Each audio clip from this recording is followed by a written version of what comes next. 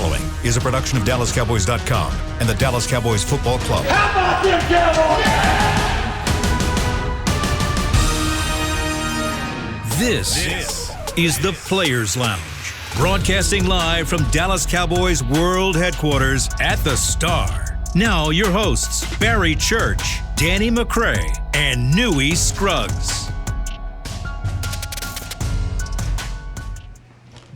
All right, we are rolling with you here. Hump Day Wednesday. It is week number 3 of the NFL season. I'm Newy Scruggs, longtime Cowboys reporter, joined by former Dallas Cowboys safety Barry Church. Our other partner, Danny McCray, former Cowboys safety, is at home with a brand new daughter, the first child for Danny and his wife. Welcome to the Girl Club, the Girl Dad Club, Danny McCray. Church. It was so heartwarming. You know, just as I say, I got chills. Just as I said, it was so heartwarming to get that picture from Danny, to see him holding his daughter, because one, it's life, and you know, just so precious. Your first child, you never forget it, and the baby's healthy, and that his wife is okay. So I'm just warmed by that, and I just get chills. Eyes watered up when I just looked at the picture, because it's a miracle, man, and I'm really happy for Danny McCray. Yeah, I mean, shouts goes out to Danny and Kiki. That's just a beautiful blessing. And then just to have your firstborn child in your hands, I mean, it just gives you a whole new perspective on life. And he's welcome into the Girl Club. I mean, that's just like when I had my girl, it was just unbelievable experience. So shout out to Danny and Kiki for bringing a beautiful blessing like this into our world. And man, we're gonna hold it down until you get back, man. But man, that's, like you said, that's an extreme blessing right there. Yeah, so you get to hold her. She wants to be near you. It's cool. My oldest will be 16 in about 3 days, and you know, I got a better shot of communicating with her on TikTok or than you know, getting any contact with my daughter. You know, man. You know how it is. You know how it is with the teenagers. Social media has taken over everything, man. So I'm a few. Hopefully, they take their time with that, man.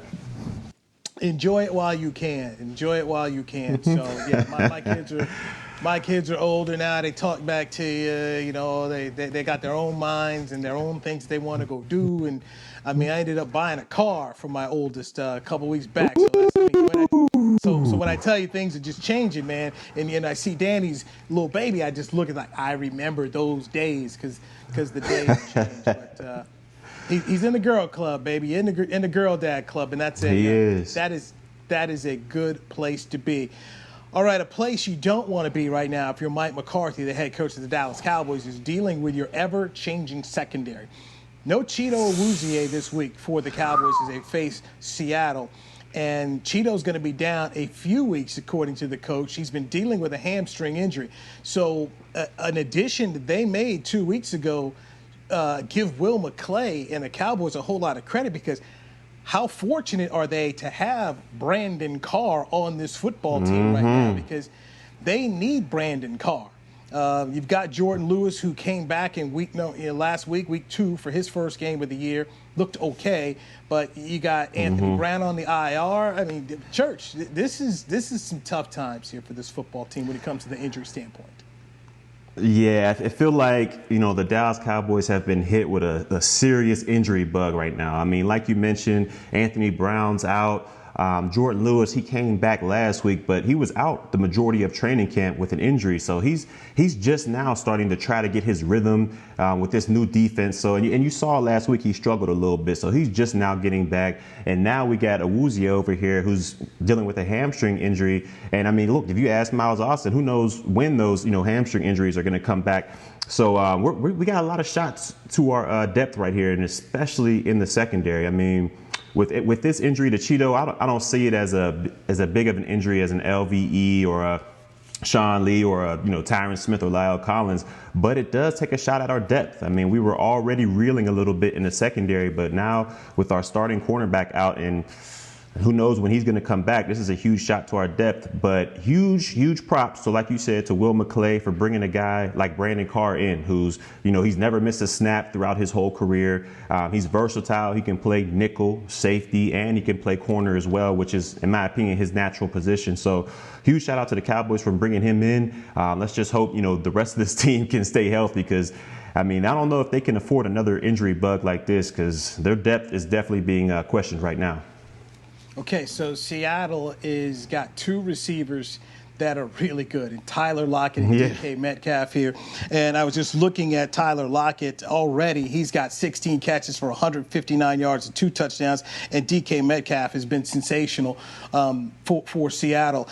And I was looking at some notes here. DK Metcalf has run 23% of his routes in the slot. So, Church, tell me, if you're the Cowboys and you see that big wide receiver line up in the slot here, how do you attack it? And it's I know Julio Jones last week. They held up fine. Julio dropped an easy touchdown pass. He also had a hamstring injury in the game. But right now, you just go from one top player to another set of top players, because you had Julio Jones and Calvin Ridley, even Russell Gage. But now you've got 2 other guys here and a better running game, which I think makes these 2 receivers of Metcalf and Lockett more dangerous than what we saw last week. Yeah, it makes them a lot more dangerous, because now you can implement, if they get that run game going with Carson and Hyde, it's going to be tough with that play action. You got, your third string linebacker in there, who he did perform pretty well last week, Joe Thomas, in that second half. But if that run game gets going, that play action can suck up the best of them. So he's really going to have to be on their toes. This linebacking core is really going to have to be on their toes. But if I'm the Dallas Cowboys, believe it or not, I'm hoping DK Metcalf lines up in the slot position. That way, being a defender, it's easier to double team. Now, you can go with your nickel back on the outside. You can bracket him with a linebacker, or you can bracket him with a safety. And if he's in that slot, it's easier to disguise that bracket as well. When he's way out on the outside the numbers, and you have a corner out there, and you're usually going to let your safety hover over top, the quarterback sees that pre-snap easily, that safety, he's well outside his numbers. He's going over there to double. So that opens up the rest of this team, and it's Russell Wilson out there. He's going to be able to pick that apart. So for me, I'm hoping he lines up in a slot. That way you can double team him with all different types of players, give him different looks, and kind of frustrate him. But to me, I think they have to focus a lot of their attention not only on DK, but Lockett as well. We talked about it a little bit yesterday, but Lockett, he has such great rapport with Wilson that when stuff breaks down, when stuff looks like, oh man, this is going to be a busted play, somehow, some way, those two are on the same wavelength, and they're able to create these amazing, big, explosive plays. So to me, I think they have to focus their attention on DK Metcalf and Tyler Lockett. And to me, hopefully one of them is manning the slot on any occasion, because I think it's easier to double team in the slot. But the Cowboys are going to have their hands full, and we need with everything in our heart, we need this defensive line to step it up, because they have to find a way, somehow, some way, to contain Russell Wilson. They're not going to stop him, but if they can slow him down, that'll prove huge dividends for this Cowboys defense. Players Lounge brought to you by Hotels.com. I'm Newy Scruggs. He is Barry Church. Danny McCray is off because his wife gave birth to a beautiful baby girl. So I'm hoping we don't see Danny the rest of the week here. He just needs to go ahead and make all the adjustments. Just be at home, be a dad, enjoy that process here. We can talk for 45 minutes. We love him, but this is bigger than football. This is bigger than football. Without a question. Than the podcast. Also today, in case you didn't know, Tank Lawrence is going to miss practice with the Dallas Cowboys, being reported by several Cowboys media beat reporters that his wife is going to have a baby and she's in labor. So that's always a good reason not to be at practice. So there could be a new addition to the Lawrence family. So that's why he's not congrats to D-Law as well. I had no idea he was expecting another child, but congrats to him as well. There must be something in the water down there in Frisco and Plano, because a lot of you cats down there are having kids, man. So I'm gonna make sure my wife stays far away from Frisco, because your boy's done having little ones, man. No. Your boy's done having little ones, man. Okay, let me ask this question: is Mrs. Church done? Oh, if it was up to her, we'd have probably had about 7 by now. But okay. but your boy is out of there. All right. There may be a star in the East real soon for you, church, because, when Mama wants something, when Mama wants something, just going to let you know that it's usually, I thought I was done too, okay? I thought I was done too. 5 years without, 5 years without any kids. My wife was 43 when the last one came. Yeah, when the last one came, 43. I thought I was done, I'm done, Had 2 daughters. I was good. Didn't really feel like adding to the payroll. So I was fine. And you guys live near Frisco? No, we don't. But, all right. So here's what happened, church. So it was the 2010 World Series. It was the Rangers and the Giants. So my wife's from San Francisco. And we talked about me going to work out in the Bay Area. They're like, hey, I wouldn't mind working out going back to California to work. So inquired about a couple jobs. But I told her, I said, hey, look, it costs a whole lot more. Remember, it costs a whole lot more to live in California. And I said, this is true. I said, you're going to need to get a job. So I told her, you're going to need to get a job. Okay? You want to move out to California? Fine, I'll go work, but you need to get a job too. And she says, well, what about the girls? Because the youngest, was still at home. And I said, well, she goes to school this year, so you can go get a job. Just, make sure you're off at 2 o'clock and go pick up the kids. And I lie to you not, church, she was pregnant about 5 weeks later. Oh! 43. Now you fertile. Mentioned job, got real fertile, baby. Fertile. So. All you had to do was mention that magic word, man. You're going to have to go back to this workforce. You're going to have to go back to the job. And like you said, 5 weeks later, I guess I can't do it no more, Newy. So she's pregnant. Man. Yes, pregnant, and had ended up having our last child about 2 weeks after the Mavericks won the 2011 NBA championship. So my whole point to this story is, you can say you're done. I need to know when Mrs. Church is done, because that's when you'll truly be done. And this is true. And when my wife finally said, I'm done, this is it, and she said, we can't do this anymore, and then the doctor went ahead and tied them tubes, and I watched too. So I was all right, go ahead, let's do it. You made sure, huh? It was the going out of business, baby. It was the going out of business, baby.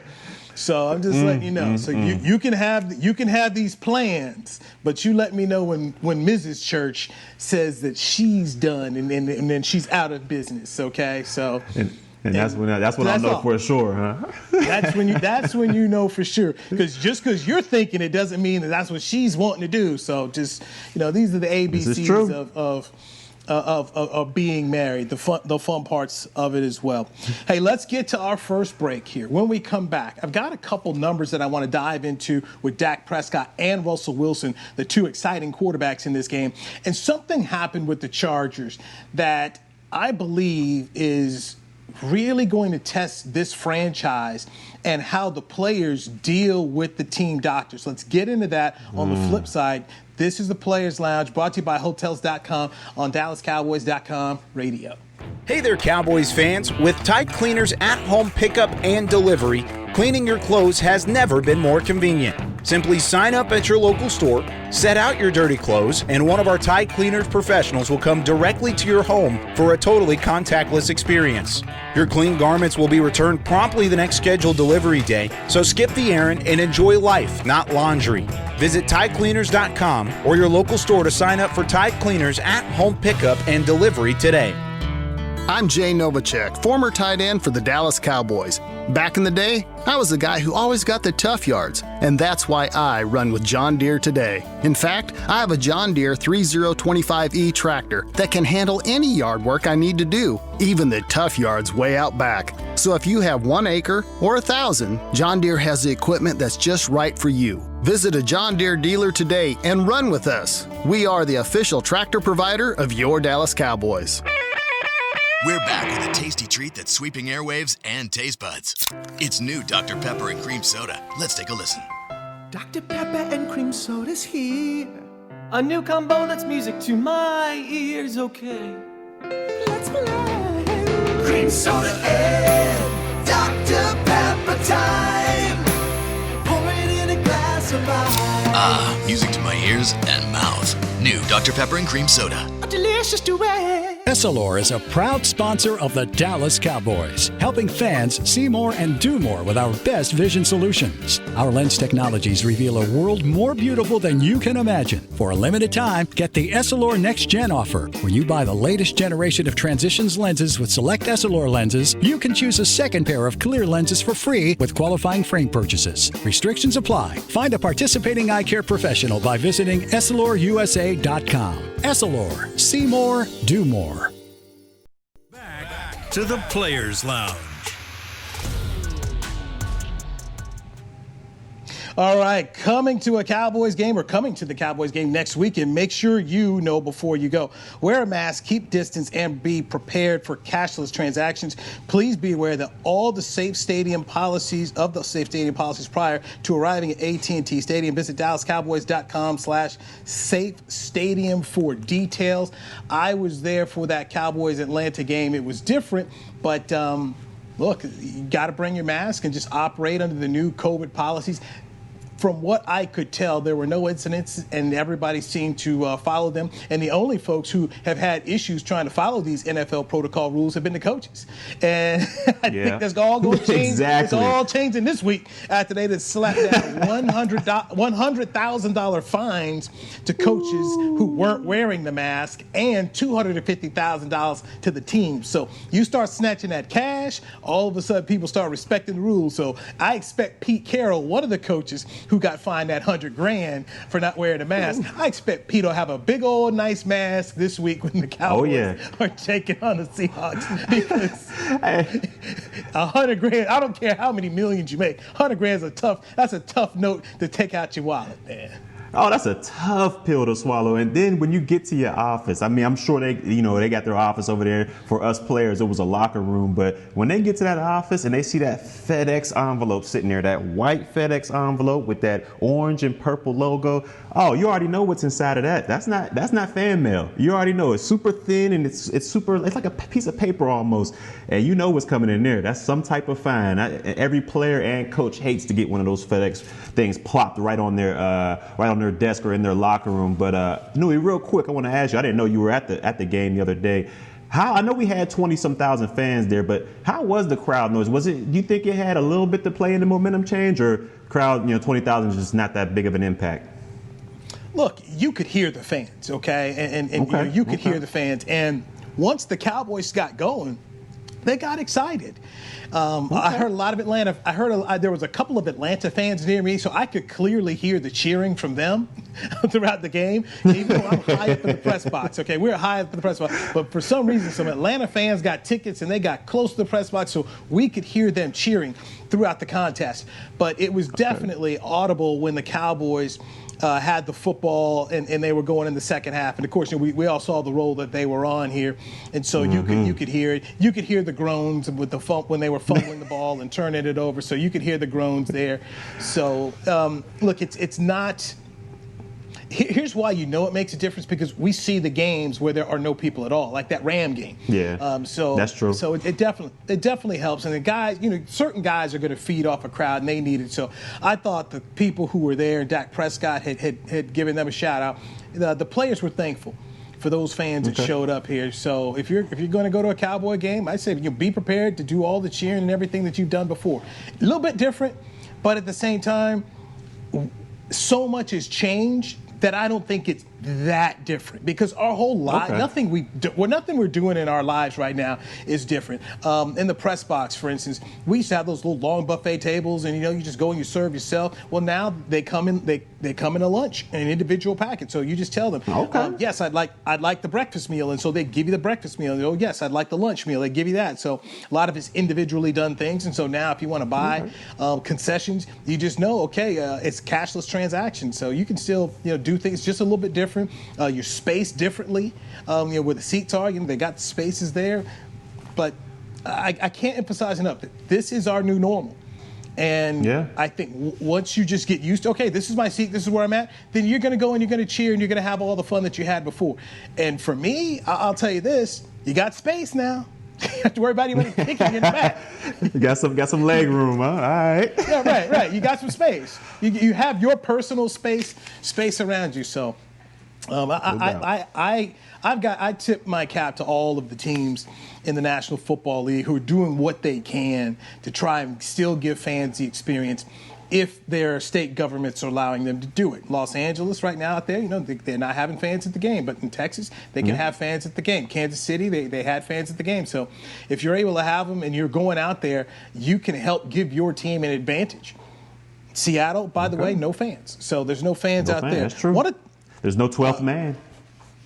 No, it's not. And so this is a break for the Cowboys. Seattle still favored by 4. The Cowboys do bring in the NFC Offensive Player of the Week in Dak Prescott, who threw for 450 yards, completed 72.3% of his passes against the Falcons, had 4 total touchdowns with a 100.4 rating in the football game. So Dak Prescott in 2 football games is doing his part. Russell Wilson right now, he's been sensational. He's thrown an NFL high 4 touchdowns, Barry, over 20 yards. He's averaging 12.1 yards per pass play. And the Cowboys have allowed 10 completions of 20 yards or more. That's tied for the most in the NFL with Miami and Atlanta. So we're seeing 2 defenses that are going to have some issues. Let me throw this number out here, too, for Seattle. That defense has allowed 450 yards of passing. They did allow that in Game 1 to Atlanta. Then they allowed 397 yards of passing to Cam Newton and the Patriots on NBC Sunday Night Football. So we see that both teams are having an issue when it comes to their secondary, and they're clearly not putting the kind of pressure you need to on the quarterback. So the Cowboys obviously right now are in worse shape when you look at their secondary, having lost Chido Awuzie for a number of weeks. Anthony Brown's on IR. So this could be a high-scoring game. I think it may be indicative of what we saw last week when both teams were 39 and 40 points. I think this will be getting to 30. I think I can see each team scoring in the 30s in this one, because if you can't defend and you're dealing with injuries and you're not getting to the quarterback, good luck. Good luck. Tank Lawrence, we talked about missed practice because his wife's in labor, but he's also dealing with a knee injury. So we don't know his status in terms of Sunday. And even if he can go Sunday, Church, how good can he be?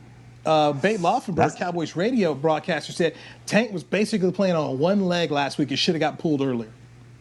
Yeah, and that's what, to me, that's what it comes down to with this Dallas Cowboys defense. It's how can we get after the quarterback? We know going into this season we were going to have a younger secondary, experienced. I mean, they played a little bit in their first year and their second year, but we were going to have a young secondary, and we thought going into this season that front seven, especially that defensive line with the additions of Everson Griffin, Alden Smith coming in here. You still got Tank, you still got Crawford in there. We thought that at the beginning of the season, this was going to be the strength. This was going to be that unit that pushes this defense over the edge and gets them that pressure that they need, gets after the quarterback, and gets the ball back to their offense. But for these first 2 games, I'm not sure if it's the lack of training camp, the lack of mini camps, or the lack of OTAs, and having this new system brought in with Mike Nolan, but we just haven't seen that pressure generated, whether it be 4-man rush, whether it be them bringing guys from the secondary, whether it be them bringing guys from the linebacking core. We just haven't seen that pressure. And I think what this defense needs is they need to get after this quarterback. Their secondary, they can hold up as much as they can, but if the quarterback's back there, especially a Matt Ryan or a Russell Wilson, if they have time back there, they're going to pick apart any defense there is out there. I mean, they've just seen it too much. And Russell Wilson right now, he's playing at an all-time level, at an MVP type level. So with us, I feel like the key is to get after this quarterback. We got to figure out a way to generate a pass rush. And since it's not coming from our $21 million man who now he has a knee issue, we got to find it somewhere, whether it be Alden Smith, whether it be, Crawford in the middle, Everson Griffin. Somebody has to find a way to generate this pressure, because if not, Russell Wilson is going to tear this defense apart. And you talk about, our injuries to our corners right now. We got Awuzie out, Brown's out. What are we going to do? We're going to bring Carr down there, or are we going to put Robinson, move him back from safety to corner? I mean, there's a couple things that we can do, but overall, I think this defense has to rely on that defensive line and that front seven to not only get after the quarterback, but they got to stop the run. If not, it's going to be a field day, and Seattle's going to be like just picking their poison. Do we want to run and gash you with Carson and Hyde, or do we want to put you over top with, DK Metcalf and Lockett? So for me, it all predicates on getting after the quarterback, and it's a must, especially this game in Seattle, that we get after Russell Wilson. Let's start with the run, because I just went back and looked at numbers here. So the Cowboys allowed 159 yards of rushing to the Rams on 33 carries. They allowed 109 yards of rushing to Atlanta on 33 carries. So we're seeing teams who are running the football, and the other teams are winning the time of possession. So the Cowboys, these last two games, have lost the time of possession. The other folks are out here deciding we're going to try to run the football. And if the Seattle Seahawks can run the football and win first down, then that's at a disadvantage for the Cowboys. So right out of the gate, to me, the defensive line has got to be gap sound and stop the run and make sure that Carlos Hyde and Chris Carson, their starting running back, that these guys are not out here putting Seattle in a situation where they're looking at a 2nd and 3, gaining 7 yards, or a 2nd and 4 because they're gaining 6 yards on a run. They've got to do that. So that's where I'm looking at Dontari Poe, Tristan Hill, Antoine Woods. You need these guys to be up front holding their blocks. The Seattle offensive line is not – there's no Zach Martins over there, okay? They don't have any great offensive linemen. They're good enough. They know how to win, and Russ makes up for a whole lot of issues and mistakes and guys that I think are just average. But the Cowboys, who are just average as well, have to figure out a way to be better than they've been. They've got to improve, and your hope – and that's always a scary word to use when we talk about football. Yeah. What your hope is that they're getting used to this system a little bit. And they can't, and one other point, they can't be bad on third downs. I mean, that's the money down. That's how you get off the field. That's how you get the ball back in your offense's hand, back in Dak Prescott's hand, and being able to win the game. And when we saw that last game, the first half, they were horrendous on third down. I believe they were maybe, I think the Falcons were maybe over 60% in third down. But in the second half, they were able to get those fortunate stops. Now, they did have a couple drops by Atlanta, but they were able to get those stops and able to get the ball back in Dak Prescott's hand. Right. And we saw the rest is history. So the first two games, I think they were a little bit shaky on third down. If they're able to, get their percentages up and get the ball back to this offense, like you said in the past, I mean, the offense, in my opinion, is the best defense to stop Russell Wilson. If they're staying on this field, it's Dak Prescott and Ezekiel Elliott and those boys are on the field for 25, 35 plus minutes, I think that basically limits the amount of time that Russell Wilson has back there to basically pick apart your defense. And I think going into this game, that can be your best defense instead of just relying on our 4-3 or our front seven to shut down Russell Wilson. I think this offense has to maintain the possession of the ball throughout the whole game. Okay, here's something else, okay, and you get this one having been a safety, Barry Church. We saw Matt Ryan running for first downs last week, and that's slow Matt Ryan.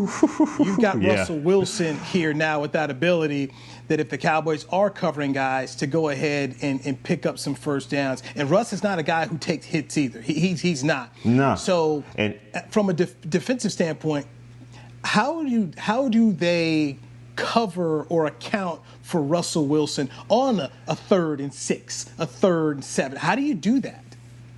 Well, let me tell you first, it's demoralizing. It's like a dagger in the heart when, especially as a secondary, when I feel like you're holding up your own. You got your man locked up.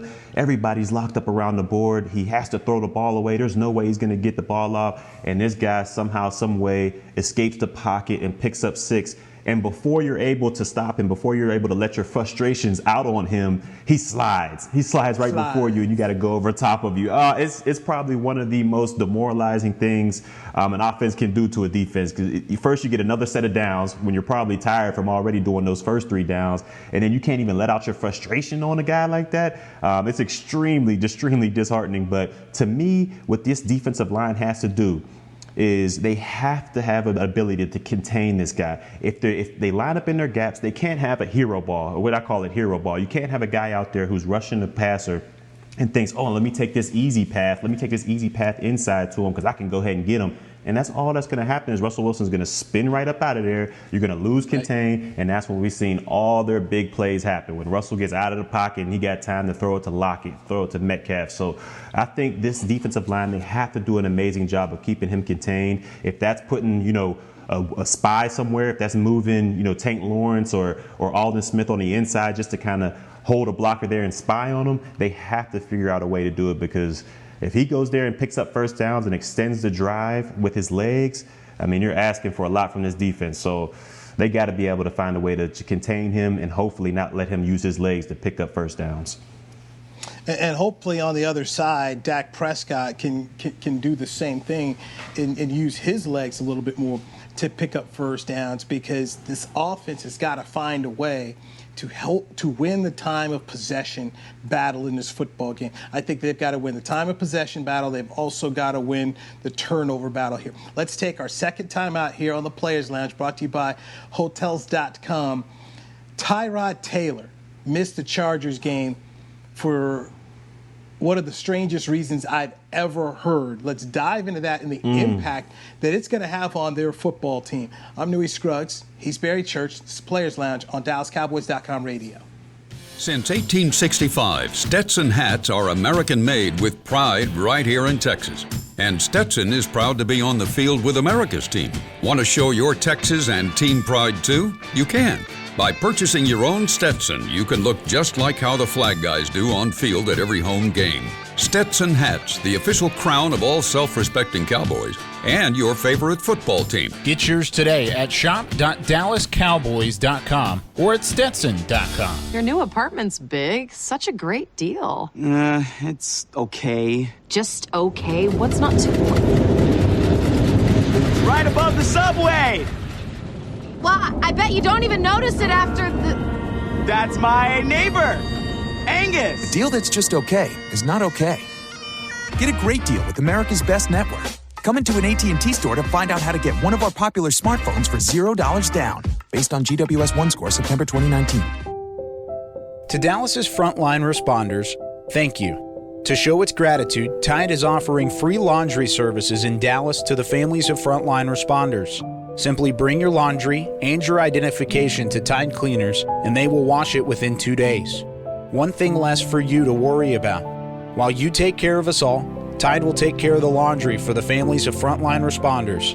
To learn more and find a location near you, visit hope.tidecleaners.com. Essilor is a proud sponsor of the Dallas Cowboys, helping fans see more and do more with our best vision solutions. Our lens technologies reveal a world more beautiful than you can imagine. For a limited time, get the Essilor Next Gen offer. When you buy the latest generation of Transitions lenses with select Essilor lenses, you can choose a second pair of clear lenses for free with qualifying frame purchases. Restrictions apply. Find a participating eye care professional by visiting EssilorUSA.com. Essilor. See more, do more.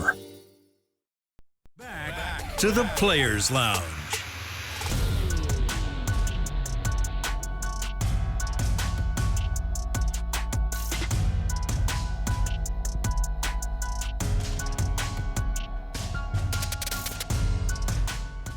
Yes. All right, Players Lounge brought to you by Hotels.com. We do this show weekdays, Monday through Friday, 2:30 p.m. Central. All right, we got a message for you here. Cowboys single game tickets against the Cleveland Browns. Get those tickets now to see the Cowboys face Baker Mayfield, Odell Beckham Jr., and the Browns when they return to AT&T Stadium on Sunday, October 4th. A limited number of tickets are on sale now. Get yours at DallasCowboys.com/tickets. All right, Church, so you're telling me that some news just happened here from John Machota, the Athletic, who covers the Cowboys. Does a good job for him. John's a friend of mine. Diggs, the corner, Trey Diggs. What's going on there? Yeah. From the reports from Cowboys camp, it seems that Trayvon Diggs, your starting cornerback and arguably your best corner, did not practice today. He's listed as a shoulder injury. I'm sure we'll hear more about it later in the week, but that's just another injury and another big-time part of this defense that is just not practicing today. I don't know what's going on over there in Cowboys camp, what they're doing in practice or what, but this is just another injury for that secondary, man. So, a shoulder injury to Diggs, Awuzie out with a hamstring. Jordan Lewis has just come back. They've signed Brandon Carr. For those Cowboy fans who come on our feed and want Earl Thomas, Earl Thomas isn't their concern right now. You need some corners. You may want to call Dion, see if he can leave Jackson State for a week or two just to come over here and defend somebody. I mean, it is rough. Oh, man. It is rough. By the way, did you see Byron Jones left the Dolphins game on Sunday? He had suffered an injury. I mean, the injury bug is all across the NFL. And right now, man, you just got to be hopeful that you can make it week to week. And also, who is on your practice squad right now really matters. I mean, you got to have some people that you're working with because this is not going to stop. We're going to keep seeing injuries throughout this season. I think we'll see more guys on IR than we've ever seen before. I haven't seen this many ACL injuries in a long, long time. So, yeah, here's Diggs. And maybe Diggs has to take a shot in order to play against Seattle. I don't know. This is all just kind I don't know about taking shots anymore. Yeah, let's dive into that right now. So, Tyrod Taylor, the Chargers starting quarterback, Tyrod Taylor, is going to take an injection before their game against Kansas City on Sunday, and the team doctor punctured his lung. He didn't play. They ended up having to take him to the hospital during the football game. And Steve Weish of NFL Network talked about the things that could happen for the Chargers based on this is, number one, that they don't trust the team doctors anymore. The guys are like, I'm going to go see somebody else before I just rely on the word from your doctors. And then also, and Barry, you'll get this one because you understand it very much. What if Tyrod Taylor ends up losing his position because of this? Justin Herbert, the rookie, came in, played well. The Chargers held their own against Kansas City, ended up losing to the Chargers in overtime. So Herbert is most likely getting the start this week. If Tyrod Taylor is no longer a starter because of the team doctor puncturing his lung, that's just a bad look for the Chargers, not only within this team, but when you're trying to recruit free agents as well. Oh yeah, it's a huge bad look, and I'm gonna start with the team and the doctors to begin with. What this look does is, how are you, like you pointed out earlier, how are you as a player? If let's just say you get injured, you tweak something or something like that, how are you supposed to go to the doctor and say, what do you have that's best? What's your best advice? How do I fix this up real quick? If you can't trust them to get you healthy, and that'll make a huge divide amongst the team if you can't trust the doctors. Now, everybody makes mistakes, but that right there, I mean, that is a huge mistake to make. And they put you, that doctor, that specific doctor, not sure what his name is, but they put you in charge of that. Like, you're the head of all that. You can't make a mistake like that. Now, it brings me to Tyrod Taylor. I'm not sure, with the CBA and, if he was just like, I accept this help from this doctor. I'm not sure what he can do legally, but if it was me, I would be looking at every single angle of how I can sue the crap out of this team. I mean, there's no way that you're supposed to be a professional doctor injecting this for your ribs to try to get the pain down for your ribs, and you go too deep and you puncture my lung. Like, I just don't understand how that can happen. And you're right, Newy, if he goes out there, let's just say Herbert, who looked phenomenal in his opening game the other week, if he goes out there and let's just say Tyrod can't play this week and Herbert has another amazing performance and this time they get the W, and Coach Lynn is over there like, hey, I feel for my guy. I said when he's 100% healthy, he'll be back in the starting lineup. But if Herbert's balling like this, you just can't take that momentum away from a team. I mean, the team is greater than one player. We all know that. But if he's balling like that, you cannot take that momentum away. So let's just say he loses his starting spot. I mean, then where does that put him? I mean, if he becomes a free agent next week, teams aren't going to look at him like, oh, this can be our franchise starting quarterback. They're going to look at him as like, okay, he's a backup type. He'll be like a Chase Daniel, be around the league for a long time, just backing people up, and that could take a huge hit on his money. So if I'm Tyrod Taylor, I'm telling you now, I'm looking at every different avenue to try to recoup as much financially as I can from this situation. But overall, it's just a bad look for this Chargers organization, because I don't think this is the first time they've had trouble with the team doctors. It's not the first time that the Chargers have had issues with the team doctor. That is definitely true. You can just go Google that and you'll find stories there. The two things come out of this. I wonder, does the doctor keep his job? I don't know who the doctor is, like you. I don't know how long they've been there, but is this one of those where you got to tell the doctor, hey, look, we like you, but you're going to have to go ahead and take this L because we just can't have our players and our player agents saying they don't want you touching them. Because if you're a player on the Chargers this week, you got to get a shot. Are you going to let him do it? I'm like, heck no. Who else we got? I mean, So that's an issue right there. One, replacing the doctor. And two, Barry, does the Players Association get involved in something like this for a guy like Tyrod Taylor? I think they would have to. I mean, the NFLPA, they're supposed to have our best interests in heart and everything like that. So, and there's already reports out there, Tyrod talking to the NFLPA out there. But this is what you got a union for. This is what you got, this whole NFLPA. And I believe, who's the head of it? Dean? Is it still Dean? It's D. Smith. D. Smith? Yeah, is D. Smith still the head? This is why he's the head. I mean, this is the reason for that organization, to help look out for the players and have their best interests in heart. So hopefully, if I'm Tyrod Taylor, I'm contacting them. I'm contacting the legal team. I'm doing whatever I can to get this situation better in my favor. Because, I mean, your team, how can you trust a team doctor after that? I mean, I've had Toradol shots and I've had, painkillers in the past to get through games. And if you can't trust a doctor to get you through that game pain-wise, I mean, it causes it's just a slippery slope, as I should put it. It's a slippery slope. And to me, this is where the agent for Tyrod Taylor has to go to work. That's his job now. I mean, Tyrod's got to do what he can to get healthy and get in the playbook and see whatever where his status is. But he's got to worry about football. But this is where the agent has to get involved. So he's on the phone with the Spanos family about what happened there. He's on the phone with the NFLPA, and he needs to take this off Tyrod's. He just needs to come with Tyrod with, okay, here's the latest details of it. Tyrod cannot get involved in the minutia of what right now is I don't want to say malpractice, but obviously it's a medical issue here and a mistake that was made.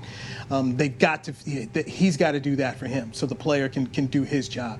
But he ought to be ticked off. I'm sorry. Yeah. Let me ask you a question real quick. So what can that team do? Can they contact Tyrod and say, hey, do they take their legal team to Tyrod and say, hey, man, these are the options that you have, and we advise you not to do this? Like, what can they say to Tyrod right now? Is basically what I'm asking you. No, it's a good question, and to me, this is the agent. The agent now has to step in here and try to protect the player at all costs. I mean, this is one where, okay, you just go to, you just say, hey, talk to my people. Hey, Barry, let's talk to my people. You know what? Talk to my people. I have to go worry about, my job right now. Talk to my people. Almost like when you're selling your house, you got to go to the realtors. Or when you go into court, you say, tell somebody, talk to my lawyer here. That's what needs to happen for Tyrod Taylor, and he shouldn't be dealing with the medical staff or the Chargers legal team at all. This is why you have representation. This is also why you have the NFLPA, because anything that they bring to you, if you're Tyrod, you're taking it to your agent, you're taking it to the NFLPA. You're not signing anything, and I don't even know if you want to have a conversation with anybody without your people around, just because this is serious. This is serious. Huge. I mean, Tyrod. Where does he go for rehab? That's right. Like, where does he go to get better? Like how does that work? Is the team paying for that as well, or does he? Because I wouldn't trust going back into the facility talking about I need this rehab for my lung after that happens. So do they pay for his medical issues and medical rehab outside of the team? I mean, there's a lot of things going on with this right now. Steve Weiss of NFL Network had spoken about how he covered teams where players had lost the confidence of the medical staff and how debilitating that can be. The person I feel bad for right now is head coach Anthony Lynn, because he's now put in a situation that really, it's unfair to him from the standpoint, okay, if Herbert keeps playing well, as you brought up, and he was drafted to be the future, he's got to have the conversation now with the team and with the quarterback about how this all went down. Barry, let me ask you this, because you've been around two NFL teams now between the Cowboys and Jacksonville. Is that old adage, you don't lose your job to injury, does that still apply, or are we dealing with different things now? You tell me. No, that doesn't apply at all. I mean, I've seen it happen left and right. I mean, you can't tell me, Dak or Tony Romo didn't lose his job because of injury. I mean, if he never gets injured, who knows if we ever hear about, Dak Prescott. But and in my case, when they brought in Brodney Poole to be the starting safety back in 2013, it was, back in 2012, he got injured. He got injured early in camp, and he just wasn't in shape, during OTAs and during camp to pretty much to take over that starting job. So I was able to supplant him. But if he doesn't get injured and he stays in shape, I might still be on special teams or might still be, vying for a job somewhere else. So that whole old adage of just, okay, if he's injured, he'll have his job when he returns. I think that's a load of crap. And that's just how it is in today's NFL. And the quarterback situation is much different than any other position. And I go back to Dak Prescott and Tony Romo. Dak had won so many games, and he'd also won the confidence of the locker room that they were able to make that decision, and everyone was okay with it. That's something else that I think a lot of people haven't talked about enough. You could never find anybody who wasn't a Dak person. I mean, even guys who were close to Romo were all saying, yeah, Dak's the guy. This is the guy. So he had that spinning his way. Is Justin Herbert able to have that same thing where the locker room is all behind him? And that's going to be interesting because all rooms are different, man. All rooms are different. Yeah. All coaches are different here. That's why I feel bad for the head coach, Anthony Lynn, because you're now put into a position that you have to figure out a way to try and you're not going to make everybody happy, but you're trying to figure out how do you treat it in a classy fashion and you can keep everybody in your room together, even as uncomfortable as this may be. And you're completely right. I mean, I think when it comes down to it, I think only a couple. If you can swing a few players, like in an instance with that Dak and Tony situation, Dak didn't have to get the whole locker room on his side. He just had to get a few players on his side, and once he got those few, that basically swung the whole team. And I'll tell you, once we get off air, I'll tell you about a story on when I thought that Dak pretty much took over that job. But to me, I think if Herbert has the confidence of a Keelan Allen and a Hunter Henry or whoever else is the leaders of those teams, I think it'll be pretty easily to sway or to pitch that to the team that, hey, Herbert's going to take over from now on. Is it right? I don't know, but I think it'll be pretty easy if he can get those guys to buy in with him. Kansas City ended up beating the Chargers in overtime, and if Herbert can go out the way Dak Prescott did. Yeah, Dak Prescott rolled off with 7, 8, 9, 10 wins in a row. Oh, yeah. Something like that. And I go back to the Pittsburgh game where it looked like the Cowboys were going to lose as Ben Roethlisberger faked the spike, and it is just, a little bit of time, less than 60-some-odd seconds left, and the Cowboys go down the field and win the game. And then I remember that Green Bay game at Lambeau Field was another game where you're kind of thinking, okay, rookie quarterback, let's see what he does. And Dak showed out, and Brett Favre was in the booth with Troy Aikman, and they were just saying how you can't go back to Romo. It's Dak's job. And so when you got two Hall of Fame quarterbacks sitting here saying Dak's the guy, then Jimmy Johnson's back in the studio, that's when I thought Romo really lost. It's like, oh man, the national media is now telling the Cowboys what to do, and they're saying it's over for Romo. And then of course you're covering the team, and you were there as well. But you could tell he won the locker room, so you won the media perception, then you won the room, and it was really nowhere for Tony to go. If Justin Herbert is able to do that same type of thing, then it makes the job easier for Anthony Lynn in terms of having to deal with it. But if the Chargers are just a team that's under 500, and he's starting to struggle because now guys have schemed up against him, then it gets a lot tougher whenever Tyrod's healthy and wants to come back and play. So that's the tough thing about the National Football League. But I'll say this for Dak Prescott, since he ended up winning that job, he's done nothing but prove he is worthy of being the quarterback of the Dallas Cowboys. Hey, man, that's our show. We've been running and gunning. So, Barry Church, man, always fun to chat with you. We do it every day at 2:30 Central Time right here on DallasCowboys.com. Brought to you by Players Lounge. I'm Newy Scruggs. We will chat with you on Thursday right here on DallasCowboys.com radio. This has been a production of DallasCowboys.com and the Dallas Cowboys Football Club.